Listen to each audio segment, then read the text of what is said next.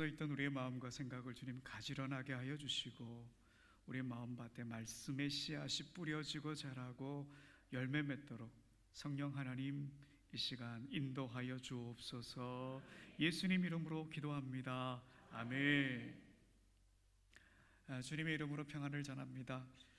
부족한 저를 주님의 몸된 귀한 광진교회에서 말씀을 전할 수 있도록 해주신 우리 정명식 목사님과 성도님들께 감사를 드립니다. 저는 인도네시아 선교사로 16년 사역하다가 지난해 연말부터 대지교회를 담임하고 있습니다. 여러분 이제 끝물이 다 돼가지고 대저토마토가 끝났죠? 대저토마토가 나오는 그 동네에서 제가 목회합니다. 그 교회에는 제가 자란 교회이기도 해서요, 아직 그 교회에 저희 아버님 어머님 출석하고 계십니다. 30년 만에 제가 대지교회로 돌아오게 되었고 담임을 하고 있는데요, 대지교회로 돌아가자고 제 아내에게 이야기했더니 시어머니가 너무 많다.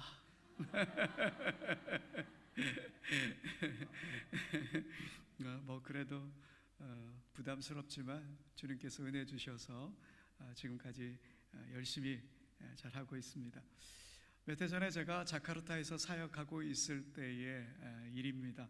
저와 협력하고 있던 어느 선교사님께서 급하게 전화를 하셨습니다. 목사님 함께 기도해 주십시오. 이렇게 전화가 왔습니다. 자카르타 근교에 보면요, 아프간 난민들을 수용해 놓는 그런 마을이 있습니다. 그 마을에 청년을 위해서 기도해 달라 그러십니다. 그 청년이 목숨을 걸고 고국을 떠나와서 낯선 나라 낯선 땅에서 마음을 둘 데가 없었는데, 이 선교사님이 복음을 전하자 복음을 전해 듣고 이 선교사님이 너무 잘해 주시니까 마음에 감동이 많이 되었던 거죠. 예수님께서부터 오는 위로를 많이 받았습니다. 그래서 그렇게 좋은 예수님 다른 사람에게 전해야 되겠다. 그래서 예수님을 전하다가 다른 사람과 시비가 붙어서 싸우게 되었습니다. 상대는 자기보다 덩치가 엄청 크고 성격도 사나운 남자였는데, 그 덩치 큰 남자가 얼굴을 한 대 딱 때렸는데 그만 그 청년의 코뼈가 그냥 부러지고 말았습니다. 그리고 이 싸움이 소문이 나가지고 경찰까지 출동을 하게 된 거죠. 그냥 그런 싸움이겠지, 여러분 그렇게 생각하실 텐데요, 인도네시아는 공식적으로는 전도를 할 수 없는 나라입니다. 자신은 종교를 가질 수가 있지만 전할 수는 없습니다. 이게 종교의 자유는 있지만 포교의 자유는 없는 나라입니다. 그런데 이 난민 청년이 예수님을 전하다가 전도를 하다가 폭행 사건에 연루가 된 거지요. 경찰 조사로 모든 게 다 드러나면 이 청년 어떻게 될지 모릅니다. 그간 6년 동안 난민 생활을 잘 견뎌왔는데 지금 자신을 받아줄 나라를 이렇게 찾고 있는데, 이번 사건으로 추방을 당할 수도 있고 다시 아프가니스탄으로 다시 돌아갈 수도 있고, 이 상황에서 선교사님 급히 전화를 주셔서 함께 기도해달라 그렇게 연락을 하신 거죠. 여러분 어떻게 되었을까요? 잘 되었으니까 제가 설교를 하겠죠. 이 청년이 마음을 졸이면서 긴장한 눈빛으로 조사 나온 경찰을 이렇게 쳐다보고 있는데요, 그런데 경찰이 자세히 묻지를 않더랍니다. 코뼈가 부러진 걸 경찰 병원에 데려가 가지고 숨 쉴 정도로 해주고는 무슨 일이 있었는지 묻지도 따지지도 않고 그냥 끝나버렸답니다. 당연히 추방되지도 않았겠죠. 근데 이야기가 여기서 끝나지 않습니다. 이 청년 소식이 여기저기 알려지면서 이 청년이 대견하다 그러면서 돕겠다 그런 분들이 막 생겨나기 시작한 거죠. 이 코를 수술하는 데는 한국 돈으로 100만 원 정도면 되는데, 이 청년을 위해서 써달라고 모여진 돈이 400만 원이 넘어버린 겁니다. 얼마나 감사하겠습니까? 이 청년 사실 결혼을 했지만 혼자 6년 동안 이 인도네시아에서 난민 생활을 한 겁니다. 아내는 지금 아프가니스탄에 남아 있습니다. 그러니 처가에서 뭐라고 하겠습니까? 야, 이혼을 하든지 아내를 데려가든지 빨리 그래라. 그런데 이 청년 그동안 가지고 온 돈을 다 써버린 거예요. 아내를 데려올 수 없는 거죠. 그런데 코뼈가 딱 부러지면서 돈이 생긴 겁니다. 그 돈으로 자기 코도 치료하고 아내까지 무사히 데리고 나올 수 있게 되었습니다.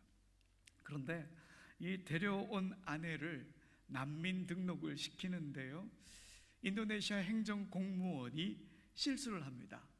인도네시아는 좀 이게 행정적인 게 아직까지는 완벽하게 이루어져 있지 않은 나라입니다. 전산 시스템이 우리나라처럼 잘 되어 있지 않고 여전히 수기로 이렇게 하는 부분들도 많거든요. 근데 여러분, 난민은요, 난민 생활 몇 년을 했느냐가 굉장히 중요합니다. 많이 하면 많이 할수록 다른 나라로 갈 수 있는 확률이 높아지죠. 이제 막 들어온 이 아내를 이 청년하고 같이 들어온 줄 알고 난민 자격 6년을 준 거예요. 막 들어왔는데 정말 좋은 조건, 자격이 이 부부에게 주어진 거죠. 이 청년이 그렇게 고백합니다. 자신은 예수님을 소개한 것 뿐인데 주님께서 모든 걸 다 이루셨습니다, 이렇게 말이죠. 덩치가 큰 사내에게 한 대 맞아서 코뼈가 부러졌을 때는 얼마나 억울하고 얼마나 답답했는지 모르겠는데, 지나고 보니까 이 모든 일이 하나님이 하신 일이다. 자기는 예수님을 전한 것밖에 없는데 하나님이 함께 하셔서 아내도 데려오게 하시고 좋은 난민의 조건도 갖게 하시고 하나님께서 이 모든 일을 행하셨습니다, 이렇게 고백을 하는 거죠. 그러면서 하는 말이 뭐냐? 지금은 비록 난민 생활을 하고 있지만 여전히 희망이 있다. 하나님께서 계속 나의 인생을 인도하실 것이다, 이렇게 고백을 하는 거죠. 여러분, 우리 하나님 정말 멋지시죠? 아멘. 우리가 생각하는 그 이상의 일들을 계획하고 이루시는 분이 우리 하나님이십니다. 여러분, 우리가 하나님을 전능하신 하나님이다 이렇게 고백하지 않습니까? 전능하신 하나님이다 이렇게 고백하면 모든 걸 다 할 수 있는 하나님이다, 우리가 이렇게 생각을 합니다. 그런데 전능하신 하나님, 그 의미는 어떤 의미냐면 우리의 예상을 뛰어넘는 하나님이시다, 이런 의미입니다. 전혀 예상치도 못한 일을 하시기 때문에 하나님은 전능하십니다, 우리가 이렇게 고백을 하는 것이지요. 사랑하는 여러분, 우리의 삶 가운데도 전능하신 하나님의 역사하심이 있기를 간절히 소원합니다. 여러분, 우리 일상에는요 이렇게 여러 가지 일들이 많이 일어납니다. 그런데 이 삶을, 이 일상을 어떻게 해석해내느냐, 이게 굉장히 중요합니다. 우리에게 일어난 이 일을 그냥 우연이다, 뭐 그럴 수도 있겠죠. 그러나 우리는 우연이 아니지요. 하나님의 계획하심과 하나님의 이끄심이 있기 때문에 우리 일상에서 일어나는 일들을 하나님의 뜻 가운데서 해석해낼 수 있어야 합니다. 여러분, 다니엘서 4장을 보게 되면 이런 일이 기록되어 있죠. 느부갓네살 왕의 꿈을 꿉니다. 그런데 아무도 이 꿈을 해석해내지 못합니다. 그때 왕은 다니엘을 불러오라 그러죠. 다니엘에게 이렇게 말합니다.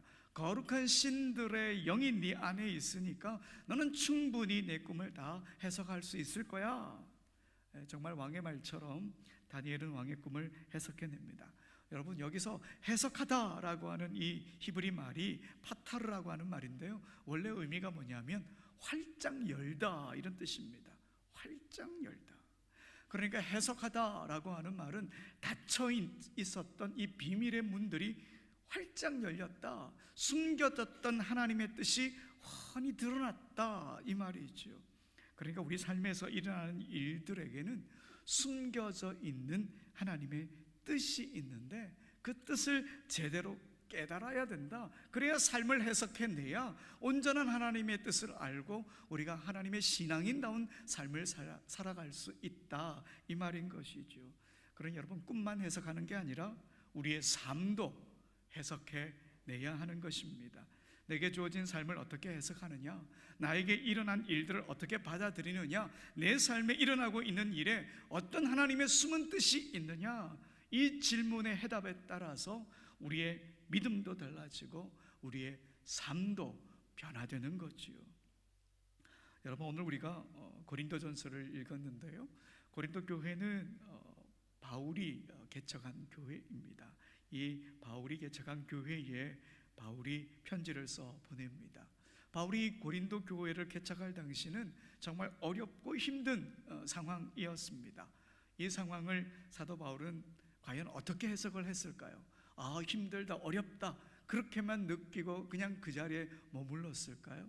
그렇지 않았습니다.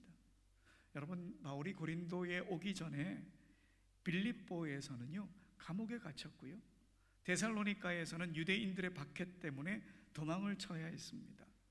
도망을 간 곳이 베레아였는데 베레아에까지 유대인들이 쫓아와서 바울을 괴롭힌 뒤 또 쫓겨난 곳이 어디냐면 아테네예요. 아테네에서 복음을 전하는 게 쉽지 않습니다. 호기롭게 철학자들을 상대로 해서 멋지게 복음을 전했다고 생각을 했는데 결신자들이 그렇게 많지 않습니다.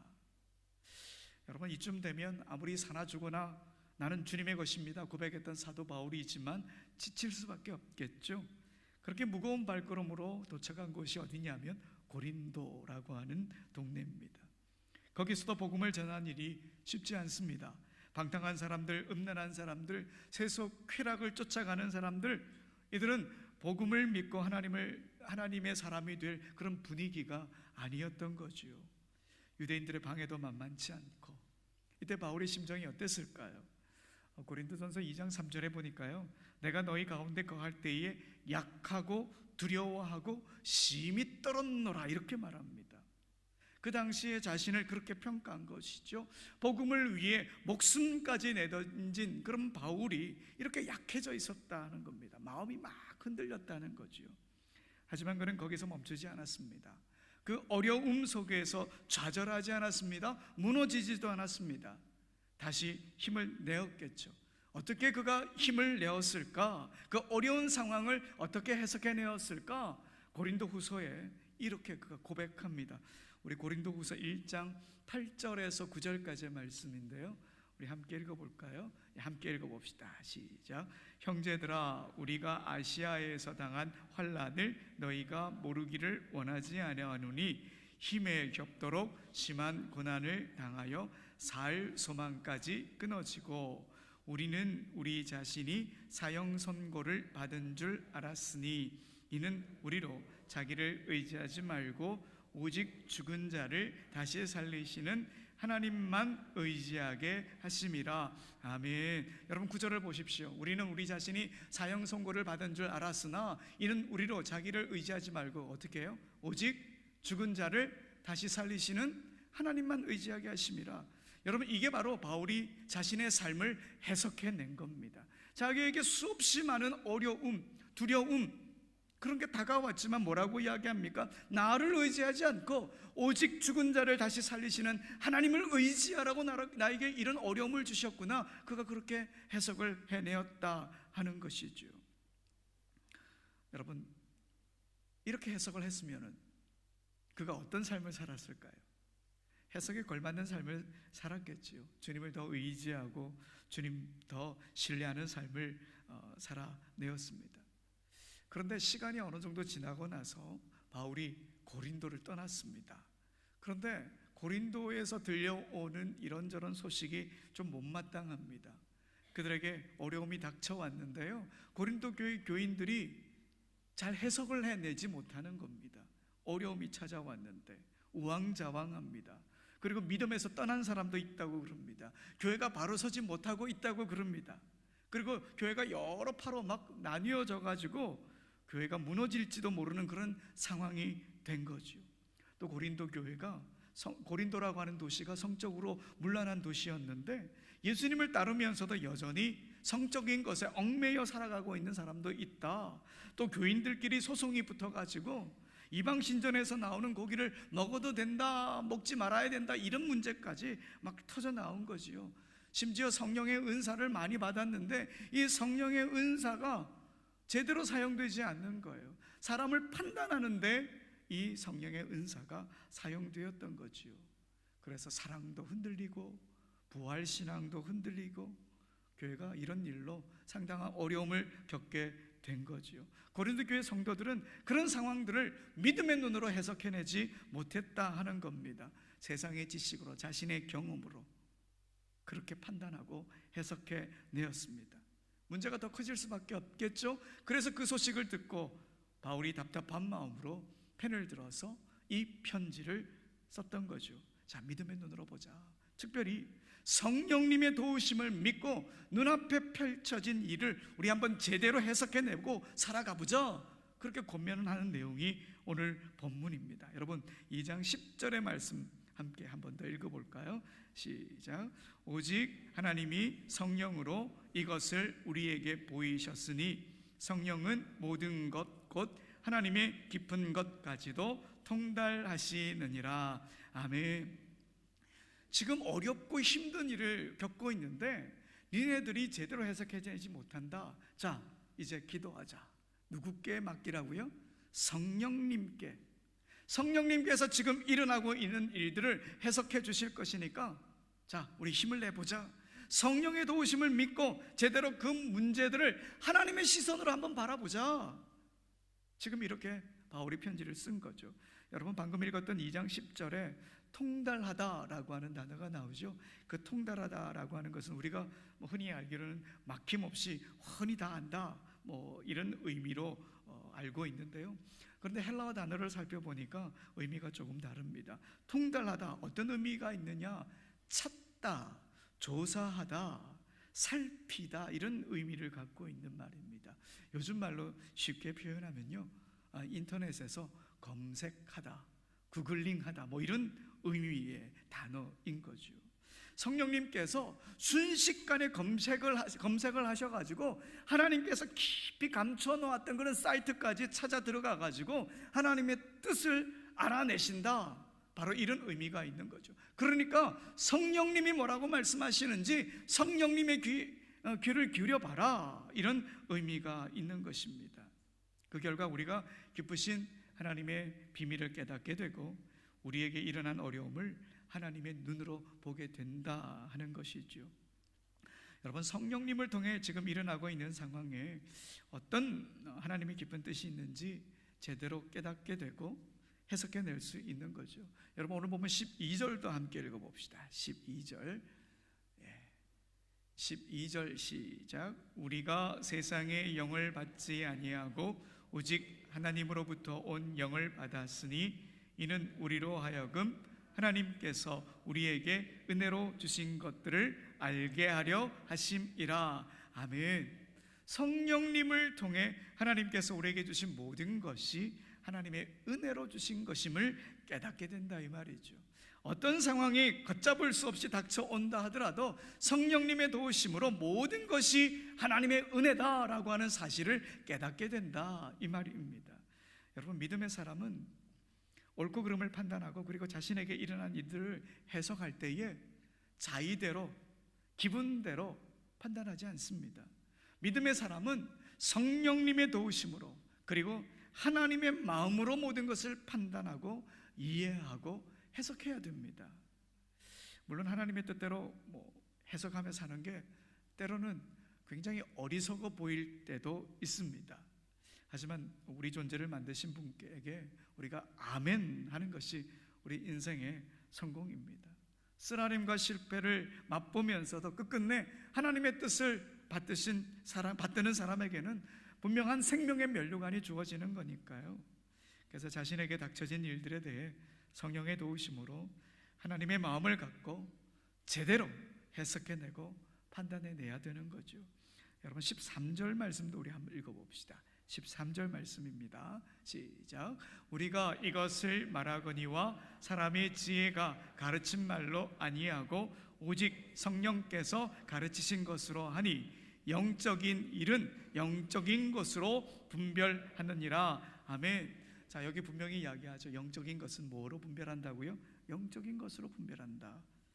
하나님께서 하시는 일은 영적인 것일까요? 육적인 것일까요? 영적인 것이죠. 하나님이 하시는 일은. 그러면 누가 제일 잘하느냐? 영적인 존재인 성령님께서 제일 잘하십니다. 그러니까 성령님께서 해석해 주시고 성령님을 통해 우리가 깨달아야 된다 하는 것이지요. 그런데 고린도 교회 성도들은 자신들이 성령에 속한 사람이라고 하는 사실을 알면서도 세상의 지식으로 하나님의 뜻을 알아가려고 했던 겁니다. 그러다 보니 교회에 일어난 일이나 자기에게 일어난 일이나 제대로 해석해내지 못하고 문제는 더 커지고 이렇게 된 거죠. 여러분, 우리 인생에서 만나는 일들 혹은 교회에서 일어나는 일들, 우리 자신의 감각과 본능, 우리 이성에 따라 분별하시면 안 됩니다. 육의 눈으로는 결코 영적인 것을 올바로 깨닫지 못합니다. 그렇다고 지금 우리가 살아가고 있는 이 세상에서 세상의 지식이 절대 필요 없다, 이 말은 아닙니다. 당연히 세상의 지식이 필요하죠. 하지만 세상의 지식으로는 영적인 일을 다 해석해낼 수 없다, 이 말입니다. 세상의 지식으로는 하나님의 세계를 다 해석해낼 수가 없습니다. 사실 육체를 입고 있는 우리는 눈에 보이는 것으로 판단합니다. 자신이 알고 있는 지식의 범위 안에서만 이해합니다. 그러나 하나님의 일은 우리의 지식과 우리의 지혜를 뛰어넘기에 우리의 육신의 눈으로는 어림도 없습니다. 하나님의 영, 성령님의 도우심이 우리에게는 절실히 필요합니다. 여러분, 우리 지금 이미 영에 속한 사람인 걸 다 아시죠? 우리는 성령님의 사람입니다. 하나님의 세계를 인정하고 예수님을 그리스도로 그렇게 고백하고 있으니까요. 하나님과 함께 살아가고 있으니까요. 그러니 우리는 이미 성령의 사람이 맞습니다. 지금 이 자리에 앉아 있는 것만으로도 우리는 이미 성령의 사람입니다. 그러니 여러분, 성령님께서 우리의 마음에 주신 그 음성을 잘 알아들어야 하는 것이지요. 그렇다면 여러분, 성령의 사람다운 삶의 해석을 하고 있는지 우리 자신에게 물어야 되겠죠. 성령의 사람인 건 맞는데 정말 성령의 사람다운 해석을 하고 있느냐 하는 것입니다. 여러분, 얼마나 성령의 도우심을 구하며 살아가고 있습니까? 우리가 힘겨운 일과 마주할 때마다 거기에 담긴 하나님의 뜻을 깨달을 수 있도록 성령님의 도우심을 간절히 구해야 합니다. 성령님 도와주십시오. 성령님 도와주십시오. 성령님 알게 해주십시오. 제대로 깨닫게 해주십시오. 내 눈이 열리길 원합니다. 내 영의 눈이 열리길 원합니다. 제대로 판단할 수 있도록 도와주십시오.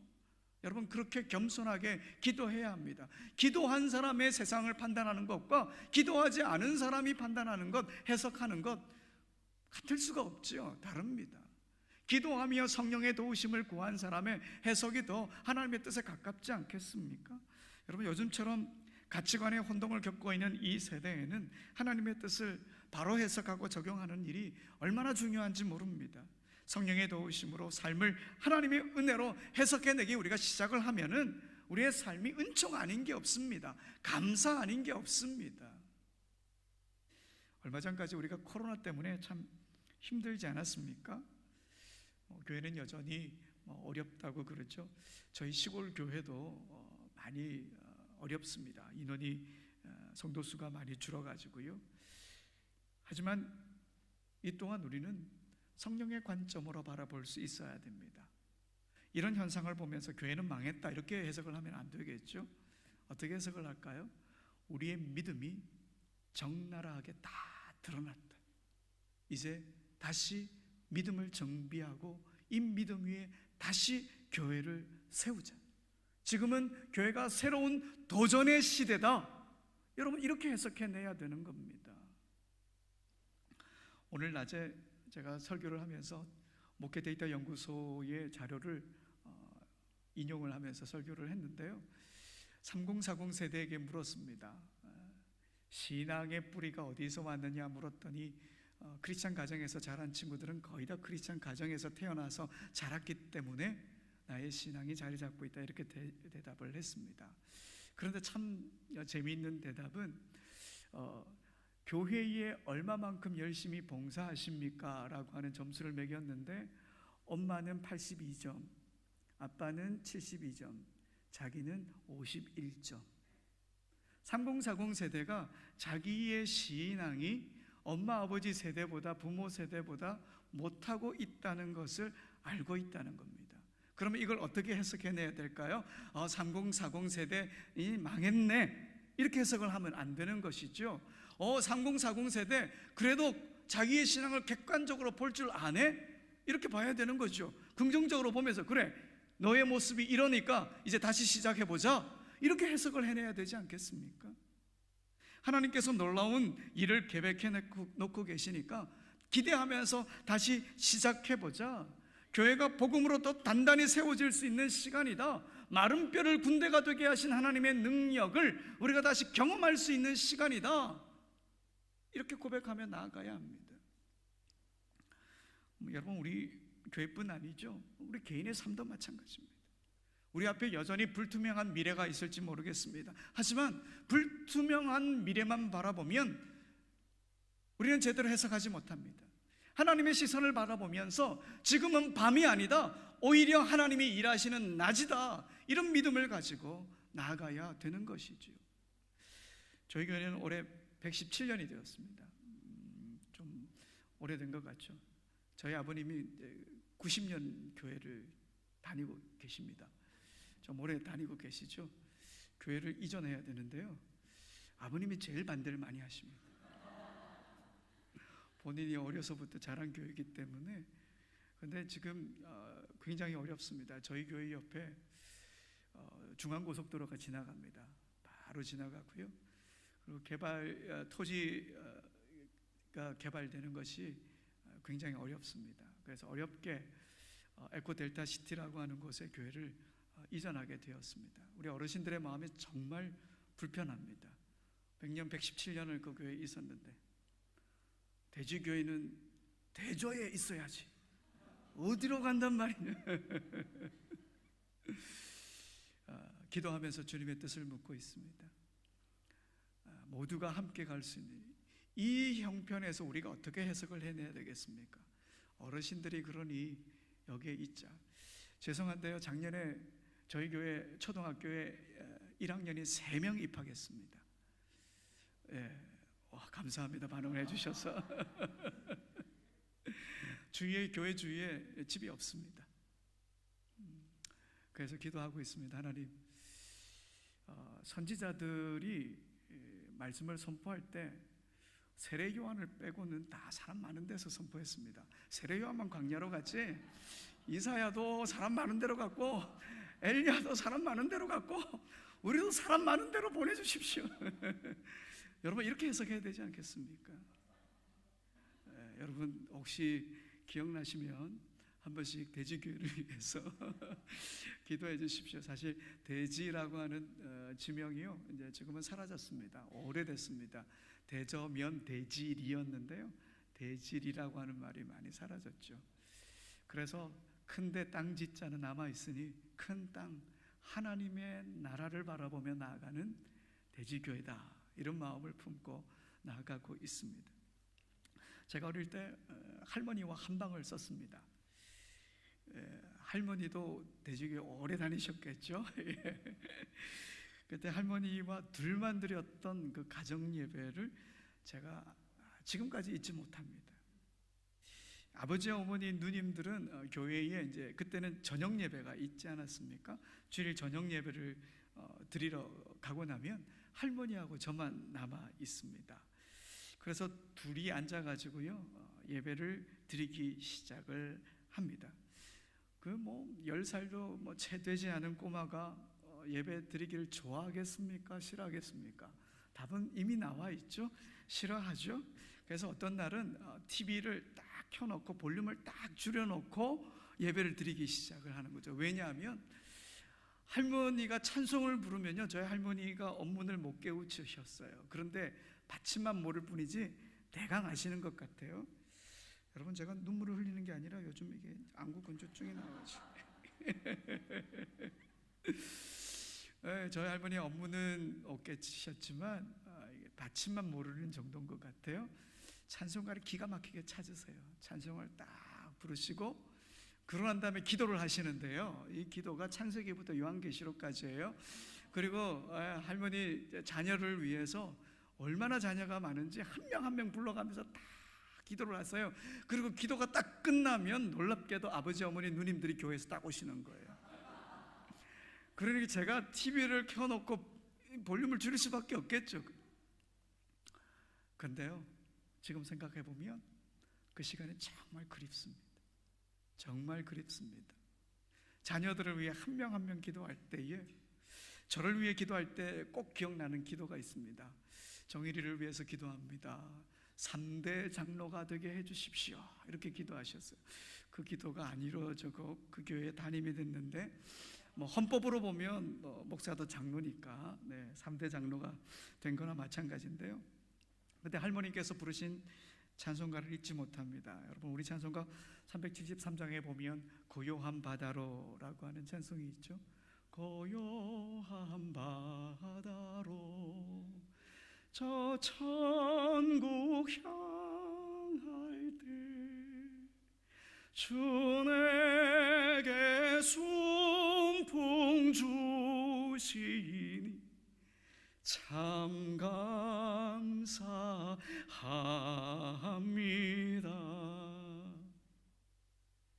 여러분, 어릴 때는 이 찬송을 부르고 계신 할머니의 마음을 잘 몰랐습니다. 이제 나이가 들어서 할머니 인생을 돌아보면 이 찬송은 할머니의 절규와 같았구나, 그런 생각이 듭니다. 보릿고개를 넘으며 먹을 것은 없는데 10명의 자녀를 낳으셨어요. 그런데 5명은 일찍 죽고 5명만 남으셨어요. 또 남편은 이름 모를 병에 걸렸고 가축들도 시름시름하고 과수원의 배농사도 쉽지 않고 건사해야 할 식구는 조카들까지 수십 명이 되고, 그런 상황에서 과연 할머니께서 이 찬송을 부르면서 순풍이다 이렇게 노래 부를 수 있었을까? 눈물 지으며 이 찬송을 부를 때 정말 주님이 주시는 순풍을 간절히 기다리며 소망을 담으셨겠구나, 그런 생각을 하게 됩니다. 그런데 할머니께서 2절을 부르시면요, 더 많은 눈물을 흘리셨습니다. 큰 물결 일어나 나 쉬지 못하나 이 풍랑으로 인하여 더 빨리 갑니다. 더 빨리 갑니다. 저희 할머니가 노래를 잘 부르는 건 절대 아닙니다. 어르신들이 노래 부르는 게 똑같은 멜로디처럼 들리지요. 음정도 틀리고 박자도 틀리고. 제가 공교롭게도 음악을 전공을 했는데요, 얼마나 그 어릴 때부터 음정과 박자가 민감했겠습니까?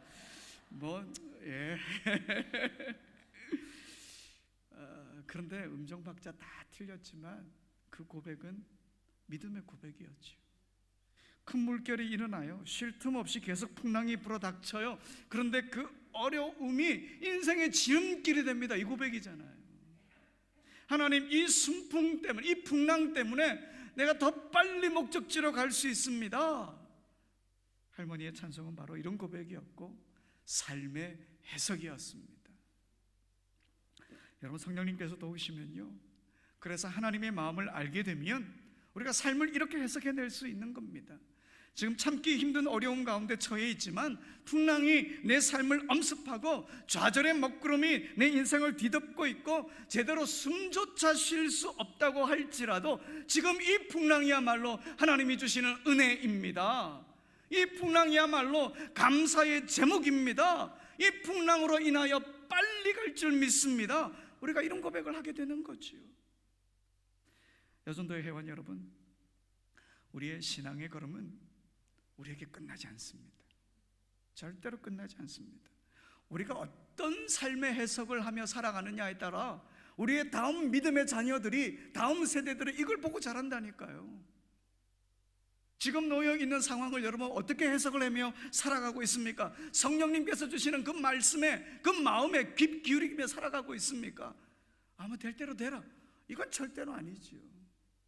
주님께서 나에게 주시는 그것이 무엇인지 날마다 무릎 꿇고 성령님의 도우심을 구하며 기도해야 합니다.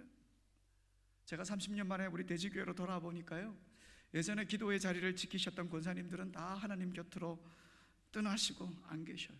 마음이 너무 허전했어요. 그래서 우리 권사님들께 기도의 어머니가 되어주십시오. 기도의 어머니가 되어주십시오. 우리 교회가 지어진 지요 40년이 됐는데, 40년이라고 하면 그렇겠지 했는데 사실은 60년 전에 지어진 건물 위에 40년 된 건물이 있습니다. 그래서 공간이 별로 없어요. 그래서 올해에 중보기도실을 하나 어렵게 하나 마련했습니다. 우리 권사님들께 24시간 기도의 불을 밝혀주십시오. 기도만이 우리 교회가 올바른 해석을 하며 살아갈 수 있는 길이고, 우리 교회 성도들이 기도만이 해석을 제대로 해내며 삶을 살아갈 수 있는 길입니다. 권사님들의 기도가 필요합니다. 그렇게 간절히 부탁을 드렸습니다. 여러분, 우리나라 여전도회가요, 살펴보니까 1898년에 시작되었더라고요.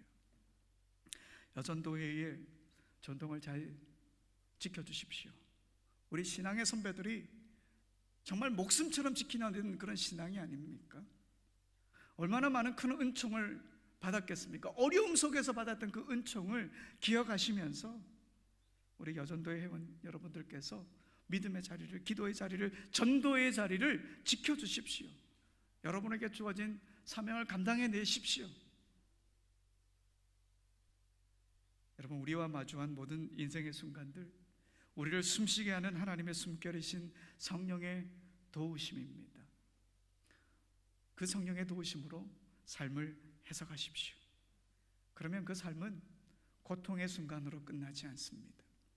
사도 바울이 뭐라고 고백했습니까? 그 고통의 순간을 하나님을 의지하는 순간입니다 라고 고백하지 않았습니까? 지금 이 순간이 우리는 하나님을 의지하는 순간이 되는 것입니다. 하나님께서 어떤 길을 준비해 놓으셨는지, 어떤 뜻으로 나에게 이런 일을 주셨는지 여러분 잘 해석하십시오. 그리고 기도의 자리를 더 굳건히 지키십시오. 여전도의 기도를 통해서 우리 광진교회가 더 하나님의 놀라운 은총을 누리게 될 줄 믿습니다. 이 믿음 가지고 나아가는 우리 모두가 되길 간절히 소원합니다. 기도하시겠습니다. 하나님, 우리의 삶을 다스리시는 하나님을 찬양합니다. 주님이 우리 인생을 다스리시기에 주님의 뜻에 맞게 우리 인생을 해석할 수 있게 하실 줄 믿습니다. 주님의 마음이신 성령님을 통해 하나님의 마음을 제대로 알아가게 하여 주시고, 성령님께서 우리의 마음에 일러주신 대로 그 믿음 가지고 삶을 해석하며 살아가게 하여 주시옵소서. 하나님의 뜻대로 우리의 삶을 해석할 때에 하나님께 아멘으로 반응하며 살아가는 우리 모두가 되게 하여 주옵소서. 어려운 순간을 지날 때마다 그 순간이 은혜의 순간이고 감사의 순간으로 해석해내게 하여 주시고, 특별히 여전도의 회원 한 명 한 명에게 성령의 충만함을 허락하셔서 하나님과 동행하며 하나님이 주신 사명을 감당하며 기도의 자리, 전도의 자리, 말씀의 자리, 예배의 자리를 지켜내게 하여 주시옵소서. 주님께서 함께하여 주실 것을 믿으며 예수님 이름으로 기도합니다. 아멘.